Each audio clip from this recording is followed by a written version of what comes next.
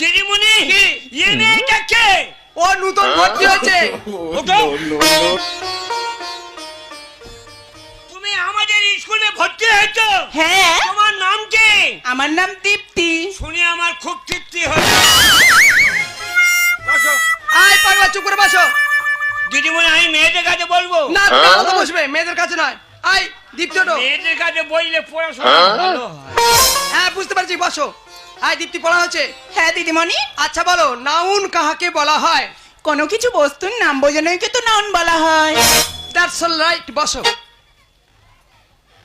That's all right. Yes. কপাটার লেখাপড়া শিখে মাস্টারি করছো? হ্যাঁ, তোমার স্কুলতে তাড়াবো।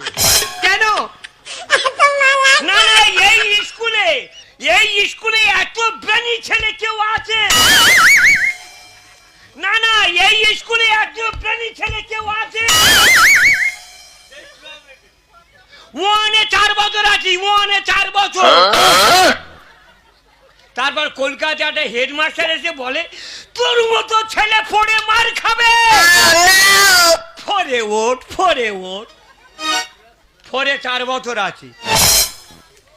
তারপর মাস্টার বলতে যা তুই সেই ওয়ানে চলে। আয়, তাহলে কি হলো? নাউন কাহাকে বলা হয়? এ তো সোজা তো। বলো। নাউন কাকে বলা হয়?